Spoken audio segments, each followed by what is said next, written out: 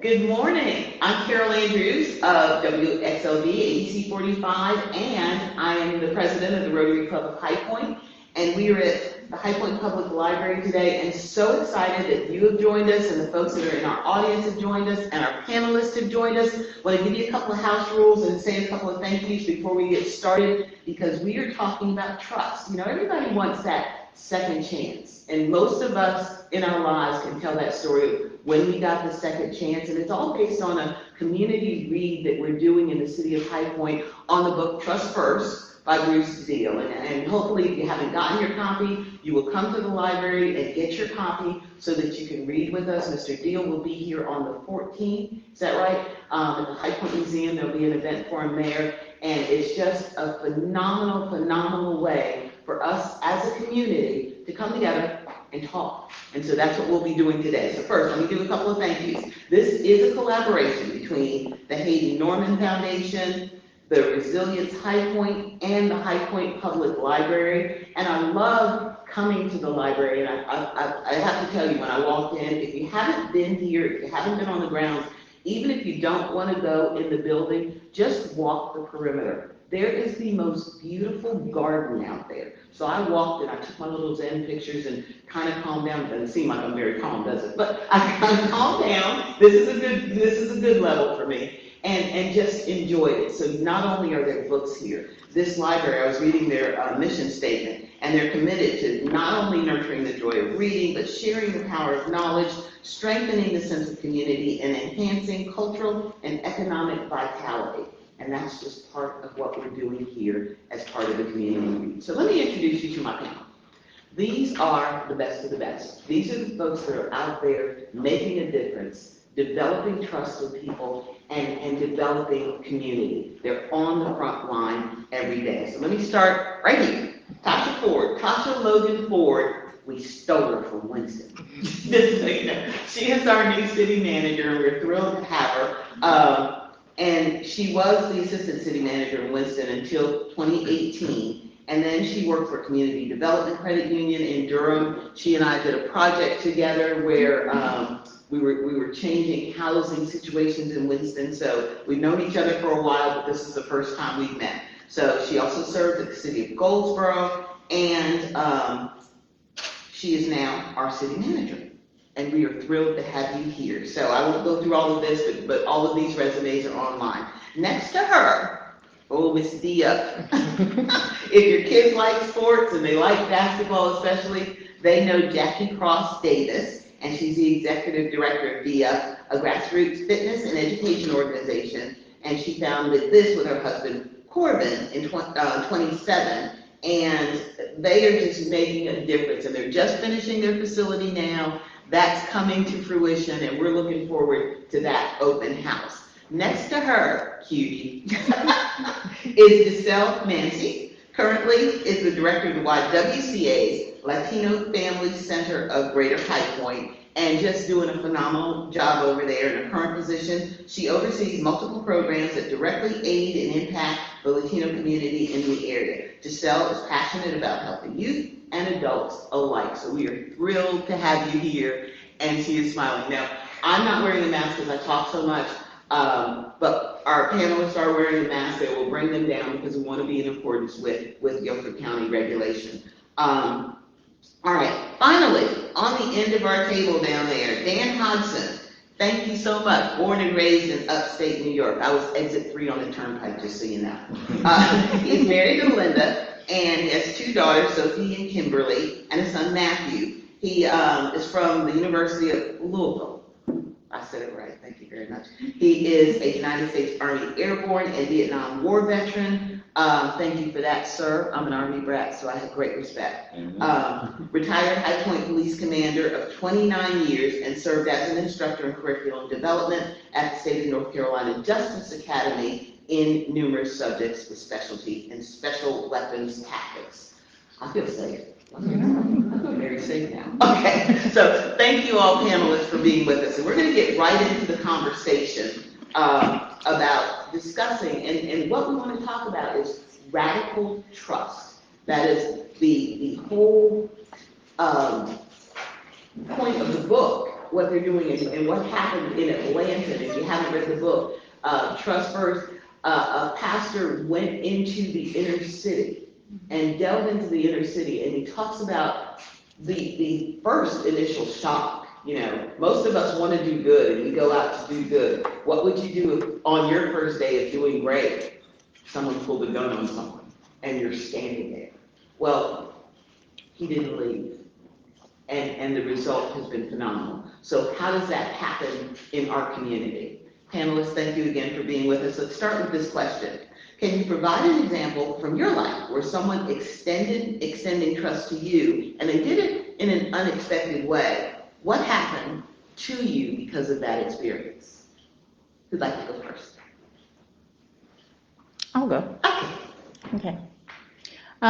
When I read it, I was thinking about Patrick Harmon. He's not here, and he probably would say, oh, that's not true, because, with compliments, he doesn't really take those, because he's really for the community. But I think about when we first came to High Point, and we were just starting a nonprofit, and, you don't have the belief of anybody. And Patrick was the first one to give us a grant so that we can do a program at High Point University. And for us being new, trying to just get our feet wet in a community, and those of you that know about nonprofits, you really do have to have a relationship, and you have to show credibility. And he didn't know that. He just read a proposal and he went on it. And for that, we had an office in his building. He donated 2 buildings to us. We're on Washington Street now, making an impact. We now have 4 buildings. And so I often think, what if he had not taken a chance on where we would be? And I'm just going to follow up on that, because not only did that create this situation, but it allowed you to take a chance with some young people. Tell me a little Exactly. about that. Oh, most definitely. So with the community that we serve, it's taking a chance every day with them along with their families. And so we've been able to help families, in ways of, even me going into those communities when other people just like with Bruce, in that's not the place where you need to be. And so I developed a trust with them, and then they did the same for me. So I don't have any fear. Originally I did. When I first started going to communities, my mom would pray for me every day for going in. But now I've been able to develop relationships, families. I go to their baby showers. I go to some of the weddings. So it's the growth that I see, the transformation that I see in those families, that they trust me, and then it also allows them to trust themselves with being with us and the empowerment that we give. Absolutely, and trust is major. Who'll go next? I'll share. Mine will have a little bit of a different angle, because when I read the question, I kind of went back in my life, and I'm not originally from High Point or from the United States. I'm an immigrant. I came in at a very young age, my whole family, and it took me back in 1995, 1996. I'm sorry, I might get emotional. And the choice that my parents did to bring my sisters and I for a better life. I'm originally from Argentina, and I tell people, growing up, I was dirt poor. Like, we were not living the best situations. We were a family of 5, but my grandmother and aunt, we were all together. We were in a 2-bedroom, and we were 7 people crammed.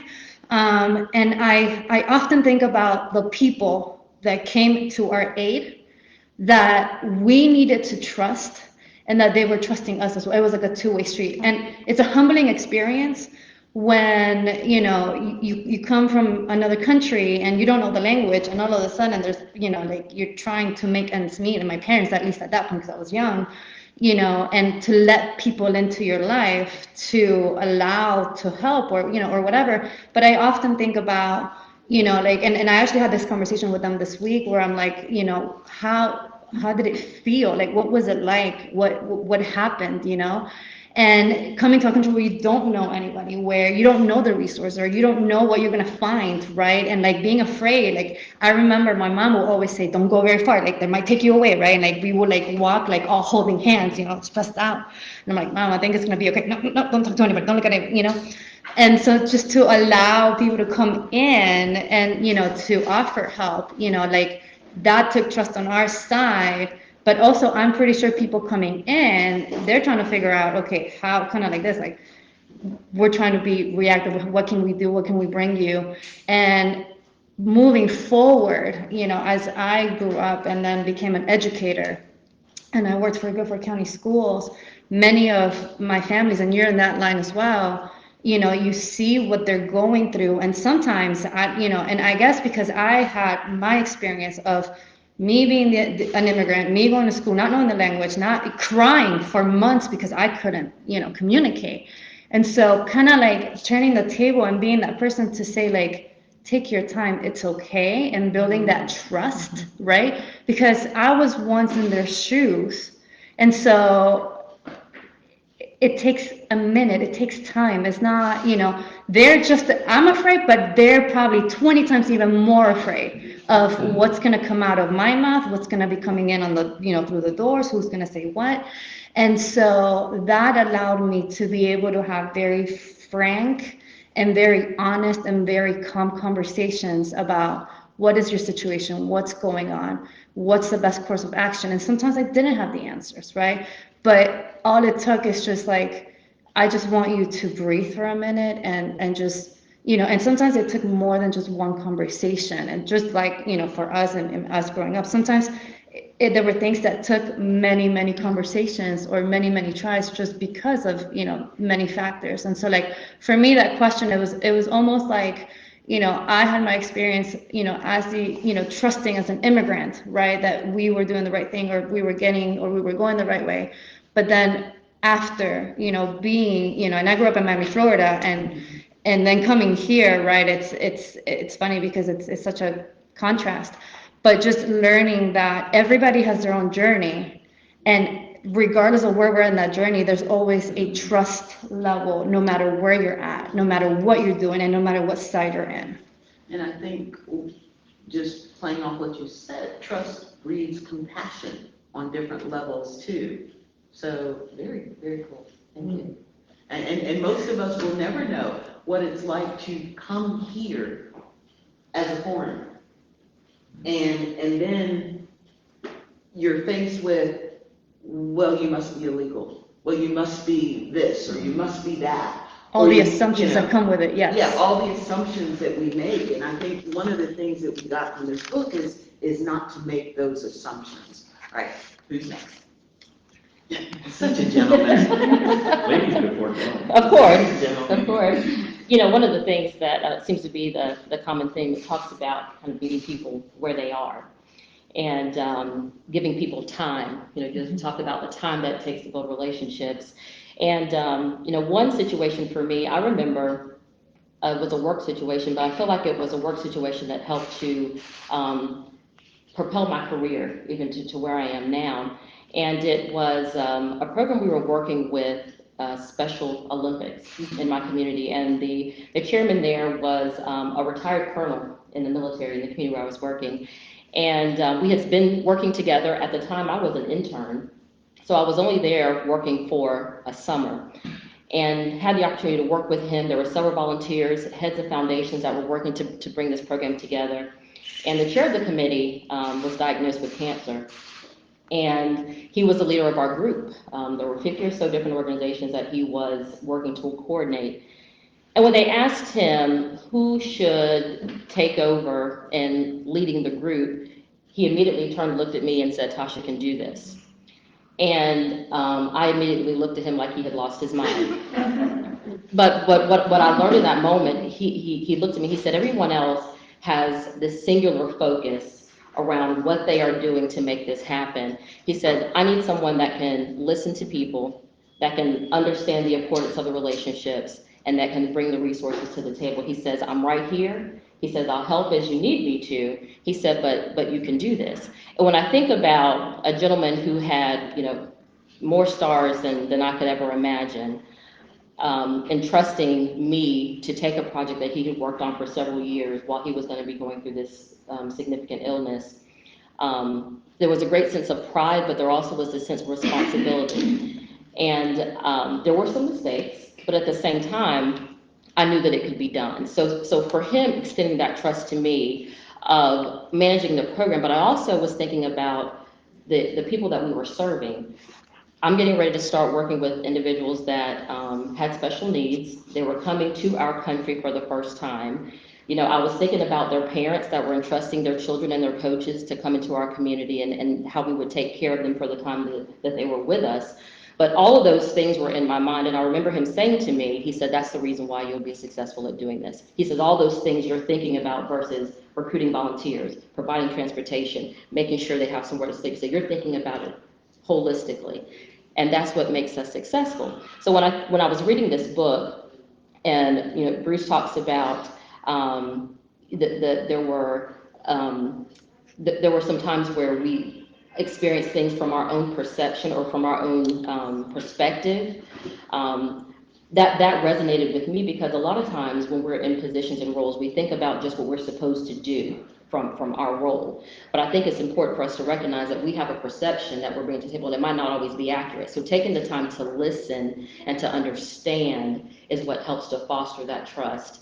And by Colonel Myers extending that opportunity to me and recognizing, you know, kind of the ability for us to take a step back, sometimes not think so much of ourselves, but really think about the work that needs to be done. That set the foundation for me to have a career in public service in everything that I do every day. I love that, and I don't want to gloss over the importance of listening. You opted to listen, and he opted to hear, but you opted to listen, and how many communities have benefited from that? So thank you for that. Thank you for your story. You're not getting out of this. Okay. And she was talking about a colonel, so you know you're not getting out of this. Yeah. Great lead-in. Yeah. Great lead-in. I got your back. Hard act to follow. Yeah, book talking about trust, and the question is who in your life trusted you when you didn't expect it? And two people came to mind, one in my secular career and one in my ministry career. And having spent 32 years in the military and law enforcement, trust is everything that holds your unit together. It's literally survival. If you can just imagine what you're seeing on TV and the loss of life and things like that, but learning to trust that man or woman to your right and your to the left and front and your back keeps you alive. And I've learned, again, from great mentors of how to replicate that in my old life and how to bring that into the new life of ministry, and in our case, ministry that's out there in the street, in the unsheltered world, in the high crime areas, low income areas, and things like that, and building trust. But the two individuals, one is, some of you will remember John Peerclough, who's a state representative. Well, he was our chief at the time at the police department, and he gave many of us trust when we didn't deserve it. He knew we were developing people, and he was a great man of developing people and helping you through your strengths and your weaknesses, and how that equated to the agency and the health of the community. And, you know, unbeknownst to me, realizing that back then he was teaching us Jesus principles at the time.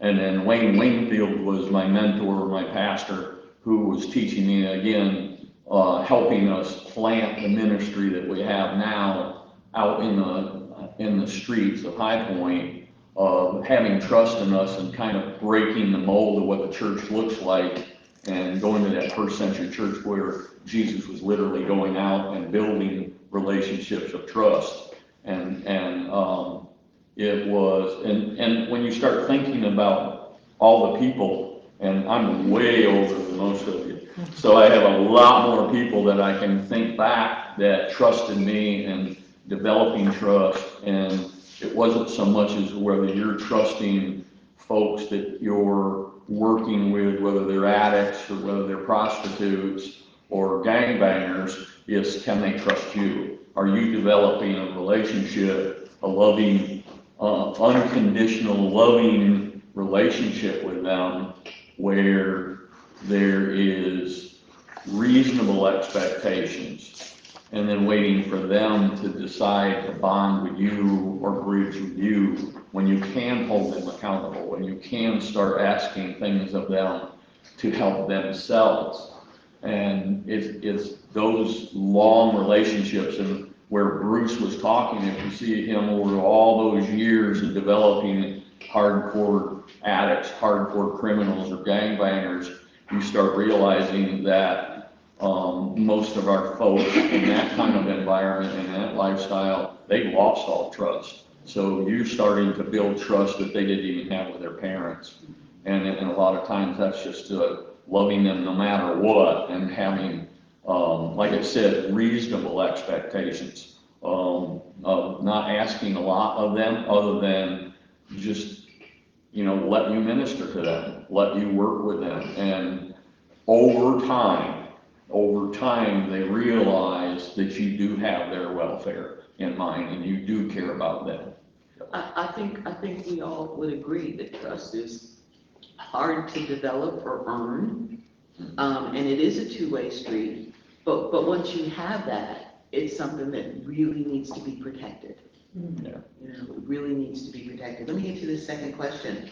Can you provide an example from your life when you extended trust to someone that was unexpected? So we're just going to flip this a little bit. Someone that you extended trust to, so you paid it forward. What happened because of that experience? I have one I'd like to share. When I was working for communities and schools, there was a program. It was the teen court program that we were establishing in our community. And it was a diversion program for youth that were involved in minor offenses. A lot of times kids that were involved in schools or maybe shoplifting, instead of having them involved in the justice system, they would be diverted to our program. And I had the opportunity to work with students that were, thinking about their aspirations of being involved in the legal system as either an attorney or judges along those lines. But you also had the kids that were being diverted to the program. And I remember one young lady that came into the program, she had been caught for shoplifting, and she came through our program. She completed the program, all of the community service that was required for her. Her parents participated in the program. And they would spend some time to get to know you. And one of the things that she talked to me about was, some of the things that she was seeing around teens, her friends, becoming pregnant. And, she's like, well, I can get this and this and this if I do this. And we would have a lot of conversations about that. I was taking her home one night, and she got her bag out of the trunk of my car, and there was a stroller in the back of my car. And I was standing there, and I remember she slammed the trunk down really hard, and she said, Miss Tasha, you lied to me. And I looked at her, and I was like, well, what are you talking about? And she said, well, you talk about how you're supposed to wait until you get married to do certain things. You got a stroller in the backseat. You didn't tell me you had a kid. And I looked at her, and I said, I don't. I said, that's my godson's stroller. I said, but even if I did, I said, that doesn't mean that has to change the direction of my life and where I want to go. I said, let's talk about that. And she sat down with me and started talking. But I think about if she would have just, closed the trunk, walked off, and if she would have thought that I had lied to her, what would that have done to the relationship that we had built over that time? I'm happy to say that we continued to have our conversations. We talked about it. She ended up finishing school. She never came back into our program. Her family would still send me pictures from time to time of how she was doing. But what I had her come back into our program to do was she served as my court scheduler. And those were a lot of times the jobs that the kids would feel like were reserved for the students that were coming in to serve as the jurors or the attorneys, that they had the opportunity to work with the professionals that were helping to volunteer in our program. But for me, it was always important to make sure that I would extend those same opportunities to the students that were coming through my program that were being referred to me by the court system. I didn't want them to just come through the program to do their volunteer service hours and then they were leaving. But I took that as an opportunity to be able to show them that you can come through this program, you can complete your work, and you can come back and serve as one of my jurors. You can come back and serve as one of the attorneys. You can come back and serve as someone that can train.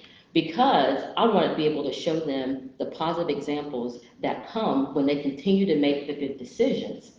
which was another one of the themes that was shared in the book. One good decision leads to another good decision. If you make a bad one, that doesn't mean it's over. You just kind of start. It's a lifelong process of us learning. But it's in those small moments, I think, sometimes that we can overlook where the real work takes place. It's in, handing the plate of food. The consistency of handing the plate of food is where you start to build the relationships. Absolutely. Anybody else want to take that one, or do we want to move on to the next question? I just want to add to her point, because I've worked with so many students over time, and the common denominator, I think, between that and even my experience, for me, I've worked with so many students, and I still keep in touch with all my students. They could be graduated, married, and whatever, and they're still my students, right? Mm-hmm. And so, but I think that what made the difference to me, whenever somebody sat with me, and it didn't matter, like if I was buried in work, the minute they sat, I stopped everything. And it's like, how are you? And sometimes they will come in and say like, hi, how are you? Like something career related. And there was something lingering, right? That many, many times, more than once, I've wondered if I would have just been on my phone or just continue typing or whatever, and maybe if I didn't give them that time, that that split second, right, where you have to make a decision. And there was that experience of the man where in the book he was cleaning, and this homeless man comes in and didn't say anything, and he's just like, can I have those shoes? And he said, I was too busy. It was another person, didn't give him the time. And it wasn't until I think he gave him socks, came down, and the guy just sat there. And then he said, can I wash my feet? That it shook his world. He said, since when am I too busy to even look at this man's face? And it revolutionized the way that now he started his ministry and everything.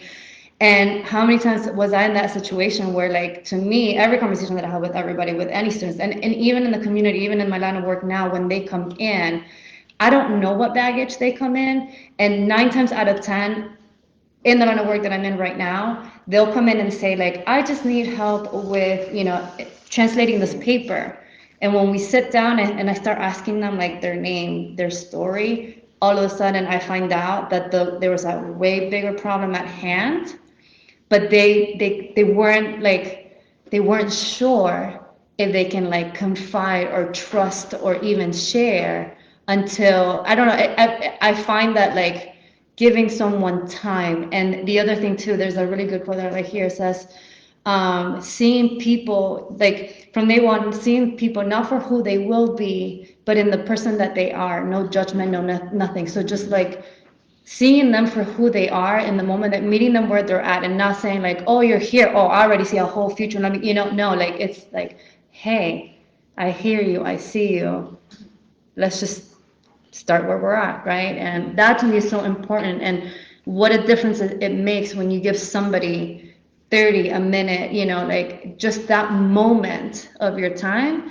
Has she not, the same thing, had the girl not asked, or even if she asked and maybe you were girl, whatever, if you brushed it off, what would have been the outcome of that, right? You took the time to explain this is my goddaughter, and so, and it continued the relationship. But if you would have just been whatever, and drove off, what would have been the outcome? So, and I think what we're seeing is something that, again, is truly important.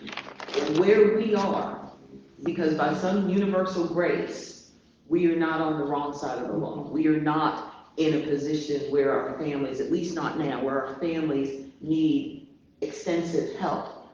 And understand that the people who are there are probably, they've been let down so many times, they're looking for the lie. They're looking for the gotcha. See, I knew you weren't going to help me. I knew you were. They're looking for that. But again, that moment, that split second that you can take time, and I call it a different ego. Everyone's got an opinion. If you take time to listen to that opinion, it makes all the difference in the world to the community, that we serve.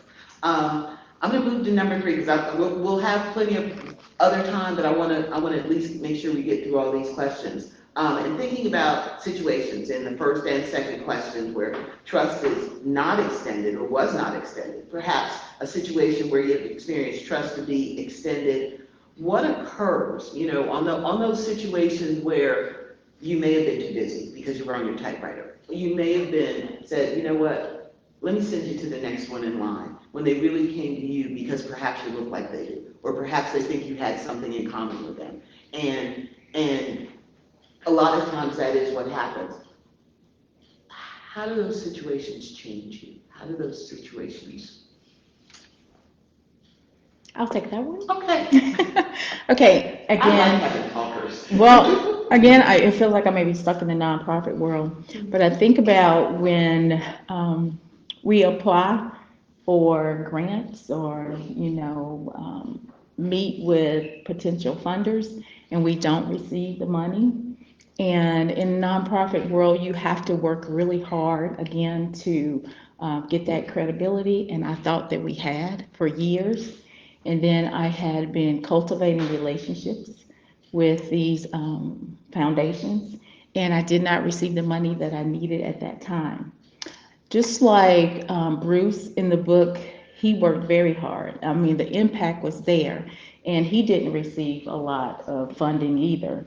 And so, just like we did with Dia, we continued to work with what we had, and we made a way. And Bruce did the same, and it took tragedy of Hurricane Katrina for him to get the money that they received and for their programs to grow.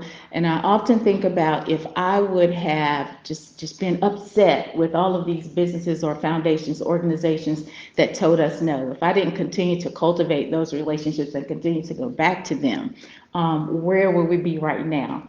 Because you have to look at timing. We all talked about timing. Mm-hmm. Maybe it wasn't right for the foundations, to extend the money to us. And that happened for us, just like the tragedy with Katrina, with COVID. That happened to us where I had, sown and talked to these foundations, and we received the biggest grant ever that DIP has received in one single time. We received money from foundations that we had tried 5 or 6 times before. So you have to think about other situations, not necessarily feel sorry for yourself, but you have to keep going and trust yourself. And that's what Bruce did. He trusted. Yes, it was radical what they were doing, to be in this neighborhood, but he trusted what he had built. He trusted his vision, and he didn't allow what others didn't do, but understood that there's still timing in everything that we do. Absolutely, and I think you say a lot. I'm thinking from the nonprofit perspective, but don't you also think it's true that were it not for our nonprofits and not for our churches going in anyway, that a lot wouldn't happen? Yes. And so thank you for not saying, I'm done. Yeah. Yes, go ahead. Yeah, I'll piggyback that a little bit. A great woman in my life told me once that foundations don't give money to organizations. They give them to people. Mm-hmm. People that they trust. And I learned a lot from that a lot of years ago. And working with other organizations is sometimes you just got to pass it by.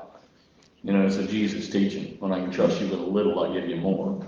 So being honest, being accountable for what you're given, no matter how small or how big it is your reputation. That is the trust you have with other organizations. Because a lot of times we build trust with individuals, but we don't work at building trust with other organizations when they could be helping us or we could be helping them. And I would say that is probably one of the weakest parts of any city or community is everybody's on their own table or their own agenda, and it's understandable because they have so much to do with so little resources, and they have to focus within that organization a lot of times. But if we realize that we start building those trusts, not just with our clients, so to speak, with the people that we're helping, But other organizations and building those trusts, you learn who to trust and who you can't trust. That's so true. And another Jesus teaching Yes. is who you can't trust. Yes. But I think you understand that trust is kind of vertical too. It's not only horizontal, but it's vertical too. It's who can you trust within your own community of helping you do what you do. Letting them, and this is the big thing, let them help you do what you do and build those relationships of trust. And I think that's something to consider, because a lot of people, we want people to trust us, but who are we trusting? And people can see through untruth. And if they see you're not a trusting person, or you're not that person that someone can go to, and then the other part of that is the horizontal part, which is there's so many people in the community trying to do the same thing. We all have the same heart. But when does that other ego get out of the way and we can help each other? Because there's some things that government can't do. There's some things that we have to do as community. And to me, when I think of radical trust, that's what comes to mind. So I'm adding a question. Radical trust, which is a theme of the book. What does that mean to you? Anybody? Oh, well, to me, it means trusting without being judgmental, in that you don't have to be apologetic about letting the DNA, what you are made of, how you love people. You don't have to apologize for that. Yes, granted, well, in the nonprofit world, again, you may have people who may be manipulative, who may try to beat the system. But if I went into that knowing that every single day that this is how it's going to be, I will be no good for the work that I do. So I just go in and I love, and to me, that's what being radical is all about. We deal with the situation of things that may happen, may change, of what I'm thinking later. Yes, those people, I think it was someone in the book that said people get stuck on stupid, but I can't take that on. It's my job for me to be, just my morality is to love on those people. And if they decide to make bad choices, then that's on them, and I don't have to carry it. Right. But I am doing what God has made me to do. What He has assigned you to do. Right? Who else?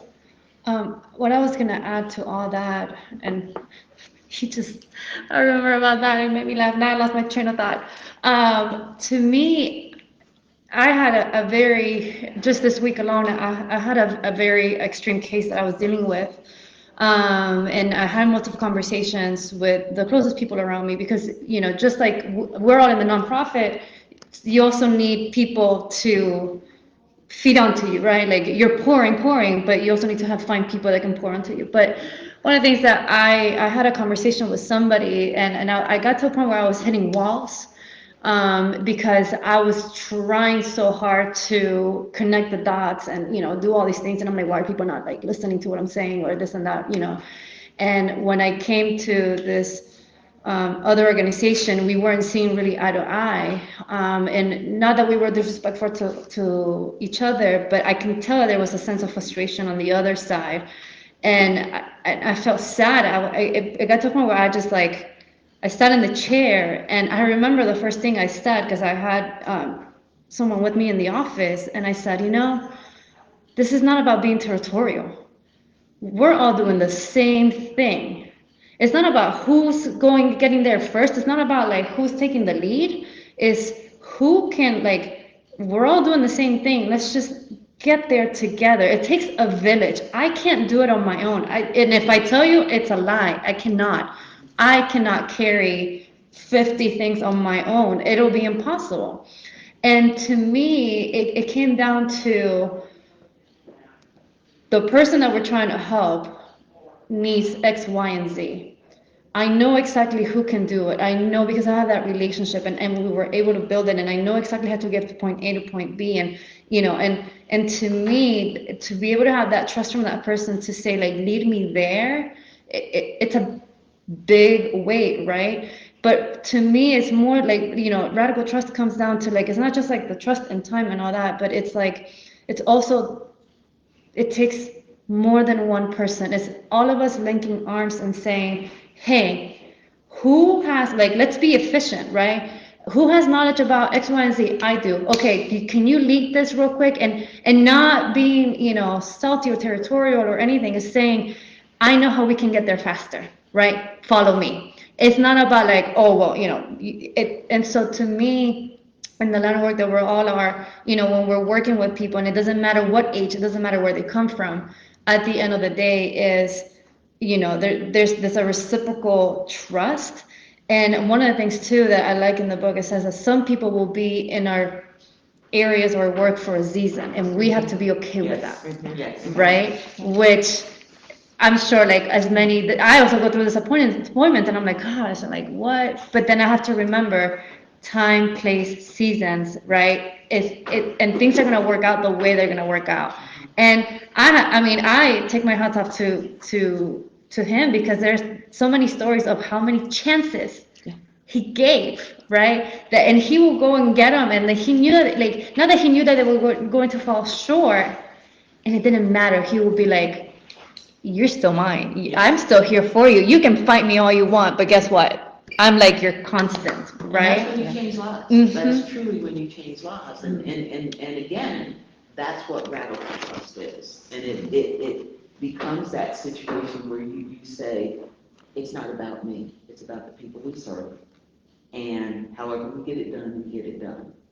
And if you are a servant leader, you know your heart's gonna be broken. I mean, you just don't get into public service or nonprofit or pastoring or any of that, not to feel like you're gonna have a broken heart, So, radical trust you. And you can say, I'm coming back. Radical trust, and much like what you said, is that radical trust is allowing mistakes.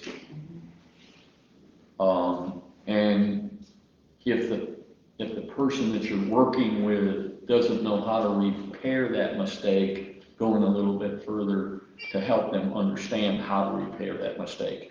If they violated your trust, if they've done something wrong, if they, a rule, a regulation, a law, or something like that that's breached your trust, and they seem to be open, because again, no relationship of trust is going to be built unless it's a two-way street. You can't build trust. You can show trust, but it's when they give you license into their life to allow you to hold them accountable. And radical trust is hanging with them long enough, loving on them long enough, that unconditional love, where no matter what they do, you see there's some giftedness there. You see there's some hope in that person, and you stick with them long enough. Then that's radical trust. When the average person, and it's our society, it's human in us, of just giving up on those people. It's, and that's what I think radical trust is. It's just over a long period of time, I've seen so many people come out of addiction and prostitution and everything by just loving on them long enough, and the consistency, being there for somebody over a long period of time in spite of their stupidness. Right, and getting them unstuck from stupid. Yeah, but you said something else that I think is invaluable, and that is holding that relationship long enough, because there is an accountability factor. We're not saying everything's okay, but trust me enough that I can hold you accountable and you can do the same with me. And they have to let you do that. If they're not letting you do that, they're not ready for the change. They're not ready to learn what you have to teach them, whatever that is, whether it's sobriety or education or anything like that, because they have to buy into that relationship. They have to give, I call it giving you license to speak into their life and to guide them, by being a mentor or being a teacher, to allow them to change, because they're not going to change unless they have that trust in you.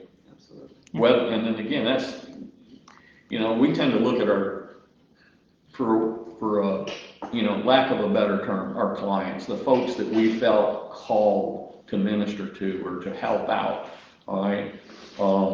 they're not the only folks that you're building trust. Like I said, it's a different organization. It may be with your coworker. Like you said, it's different people. It's because you can't do it by yourself. You know, we should know that from the beginning.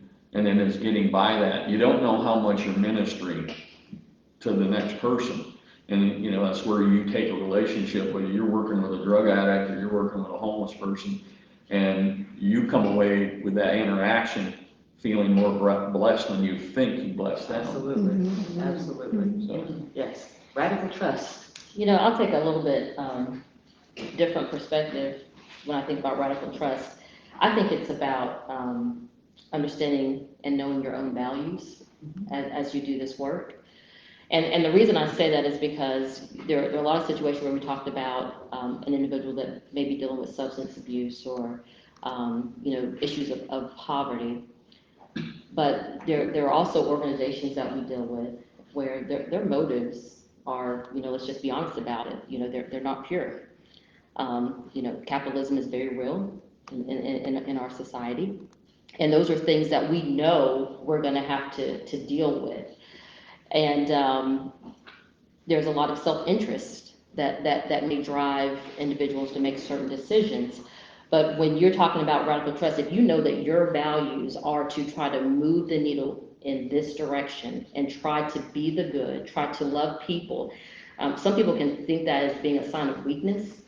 Because you are, you know, you try your best to embrace people, you try your best to treat people with respect, and they may see that as, oh, someone is just nice, or that. No, I understand what's going on, well aware of what's going on, but there's a conscious decision because of the values that you have intrinsic to you that you're going to do things in spite of. And, you know, we talk about trying to collaborate with organizations. When you talk about not getting the funding right then, that's okay. You know, those are things that you just keep in your mind. Wasn't the right time, but this work still needs to go forward, and I'm still going to do it. So when I think about that, that's the context that I use for radical trust, and that's important. You know, for me, when I think about kind of my role and responsibility in leading an organization, there are things that government can do. There are things that we have to work with our agencies to do, but there are a lot of other players that have different perspectives and different mindsets around how things should be, and their motives are different. That doesn't mean the work stops. That means you understand it, you recognize it, you keep it in your mind for your situational awareness, but you still figure out how you move the needle to try to help the least of these. There will always be someone to help.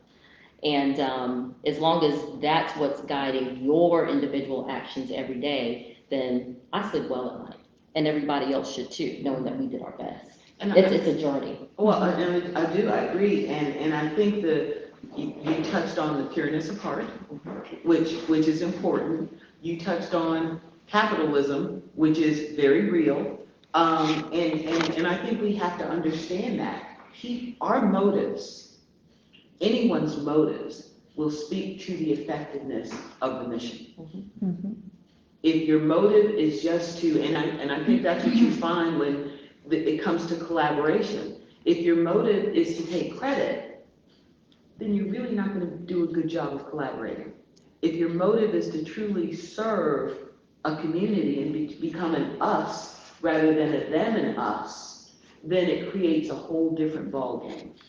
And that's what I'm hearing here. That's exactly what I'm hearing here. So thank you all for that. I'm checking time. I got 10 minutes. I'm on it. Okay, so in that, if we apply Bruce's concept of radical trust, what kinds of things do you think we can accomplish in High Point? I'll take that. Okay.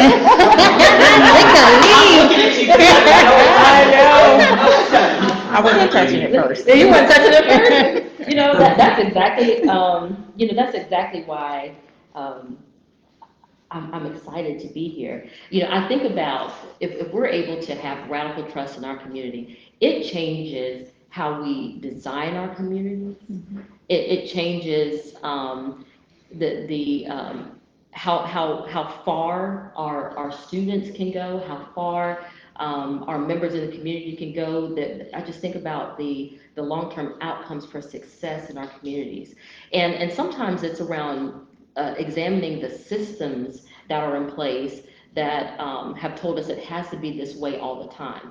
But really having the opportunity to have the open dialogue and being willing to think about how our policies are shaped, how even simple things that are not simple around, just land use, where we place things, how we invite people to participate in our community. All of those things begin to look differently when there's a level of trust.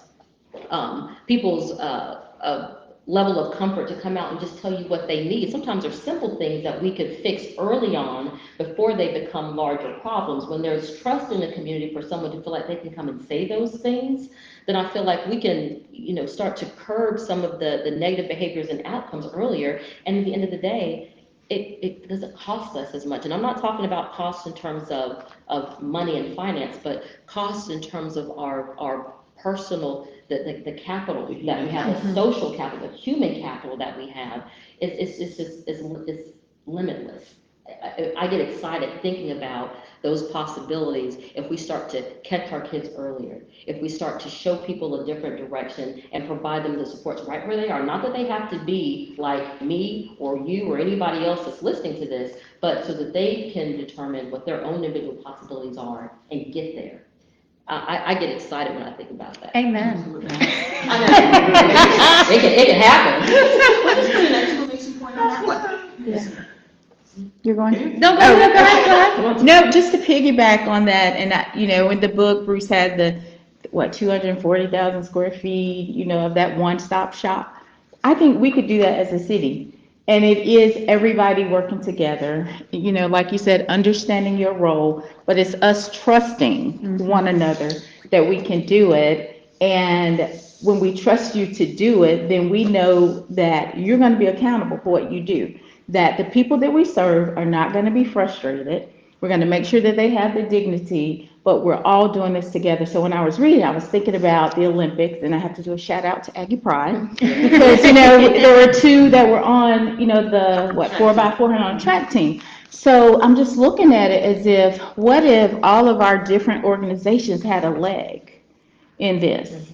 And we have that baton, which is our community, and we're passing it on to the next one. But when we're doing it, we're being careful about what we're doing it, and we're switching it over to you, knowing, trusting that you're going to get it to the next place. And at the end, we're going to win gold. We're going to have a community that has been transformed, and we're all going to be winners, and we all committed together. We don't just leave it alone. We don't drop the baton, but we are accountable for winning. We're all doing it as a team. There's one other thing I wanted to mention. When I was reading the book, it talks a lot about trust, but there was also a part where he was describing the facility. And I don't know if you all, kind of caught this part, but he talked about the fence that was around the facility, and he talked about the guard that was out front. And he recognized that the current state requires certain things to be in place. But that didn't mean that the aspirational vision of the fences being down, the neighborhood being restored was lost. Although there were some things that had to be put in place while you were going from point A to point B, there was always that vision that he was continuing to talk about throughout the book of, at some point, I'm looking forward to when the fences come down, the guard is not needed anymore, the neighborhood is transformed. So, I think a lot of times people think we are kind of looking at this in these rose-colored glasses that, we're going to flip a switch and this is all going to be over. No, that's not what we're saying at all. It's about progress, and it's about the work, and then it's about the accountability that also is going to be in place when we see these things happen. So sometimes I feel like I zero in on these odd things, but I kept coming back to the fence and the guard, the fence and the guard. But although those things were there, he always talked about the longer term vision of, at some point, they're going to come down. Yeah, and I tend to agree that we do have to bring fences down. We all know where they are. There are a lot of fences in this town. And it reminds me, there was a scientific experiment where they put all these lightning bugs in a jar and they had the cap on. And the lightning bugs would try to get out, and they kept hitting their heads on the top, and they try to get out, and they try to get out, and they try to get out, and then they just stopped. They just stopped trying to get out. And they took the lid off, and not one left the jar. So when we think in terms of figuratively or in truth, bringing fences down, we have to also know that we're gonna have to take someone's hand and bring them to the other side and say, yes, we are fully a community. Okay, sorry. I'm back. Go ahead. Either way. Amen. No, I think I've been in High Point for 15 years, and obviously High Point has grown tremendously. When I first moved here, there was just like, we were this big, right? The Palladium didn't even exist. So that's how far I've been here. But to me, I've worked in the schools. I'm now in the nonprofit, and I've seen, the High Point is such an interesting city, right? Because of the dynamics, the demographics, just everything, right? And we can spend hours talking about this. But to me, I'm echoing everything that they've done, and I come back to one, I'm excited for everything that's coming, that we're doing, that all these different organizations that we work together. But I just love, and I love that, within the book, yes, he's talking about like how much work he's done and everything, but I love how he kept it real, that there was the accountability piece. There were times that he felt endangered, and like sometimes we need to accept that there will be people that we won't be able to save from themselves, right? And we have to be okay with that, right? Because I will tell you, as a teacher and working in public and in higher ed and even now, I want to save 100% of my people. I want to, right? And I had experiences where I spent hours and hours, and I cried, and we talked, and I said, my vision for you is so much bigger than what you can imagine, but I couldn't save them from themselves. And those were the ones that I would take to heart, and I would feel like I failed them, I failed me. But at the end of the day, he said, they need to make decisions as well, right? We have all the tools. They have to also think about themselves and take the leap. And so to me, the second chances is it 2, 3, 15, whatever it takes. But I would love for me, and this is me and my, rose-colored glasses, but being realistic as well, is to be able to say like, I'm not as much different as from you or from him. We have different backgrounds, right? Yes, I have, I'm a whole different culture, but I feel as much as, I'm part of this country as much as I am, as anyone else, right? I love the flag as much as I love my native flag, right? And when we stop seeing people because of their skin color, or where they're coming from, or their country, or their creed, religion, blah, blah, blah, blah, blah, and we deconstruct all that, and we just look at the person for who they are, we will be surprised to see how much more we have in common than all these different separations. Jim, you get the last word, please. Yeah. I'm gonna kind of throw a different perspective of the fences. I've been here since 1974, and I've worked with government agencies all over the state, and one of the biggest fences of working, especially nonprofit or government or anything else, is ego. Yes. And this radical trust and how can we make it better in High Point, it's something that a lot of us have been working on, is that we already have every element that Bruce talked about in this city right now. And they're in different places, whether it's substance abuse, homelessness, food insecurities, education. We have them all right here. It's going to be that rare individual, whether it's the city of High Point or whether it's another just individual that can go to each one of them, identify what that ego is, and help build that trust and bring them all to the table. That seems to be, because right now we work with so many different organizations, they either support us or we support them. But it's trying to get everybody there at the table where the energies do make it look like that picture, city manager, that you were talking about, that ideal situation and understanding. And if you got that hard case, whether it's an agency or whether it's an executive director, of just appealing to him or her and saying, hey, look, we're just trying to do the same thing. Jim Summy, who runs the High Point Committee Against Violence, where we're based our operations out of, working with violent offenders, he always says, hey, we're in the same business. They just look different, but we're all in the same business of helping human beings. And so, yeah, if And we it's can helping drop others that bring fence, their own fences yeah, down. and work on that fence, and you'll see a lot more energy and change coming to High Point. Because we got everything we need here. I really believe, and we got good, caring organizations and people within those organizations, and of just working having them look beyond their box wall, beyond the wall of their building, so to speak, and looking out into the streets of High Point, looking out into who needs help and what kind of help do they need, and then get that to them. That one door or that one phone call, which is what we've been doing in homelessness, is trying to get that one door so you don't keep passing your client on to the next person. The second person they're sent to, they're frustrated, they walk back out the door. Right. And we've not helped them a bit. And we see so much of that, we see the frustration, but when we switch to cooperation, from accusation, from distrust and all of those things, then we become a part of the solution. And it doesn't take just our servant leaders. It takes every one of us that hear this conversation to say, okay, so where do I fit in, and which part of this do I want to key into? Because none of us, as Giselle said, can do it alone. We all need that helping hand. Maya Angelou said this: have enough courage to trust love one more time, and always one more time. And when we think about that, that is what you see here. We have the tools that we need to make change. We just have to make that personal commitment. Not to say, well, the city didn't do this, or the Y didn't do this, or D-UP didn't do this, or the pastor didn't do this. What am I going to do? There is personal responsibility in every change that will come to be. So I want to thank, and I'm trying to be mindful of time, like 2 minutes over.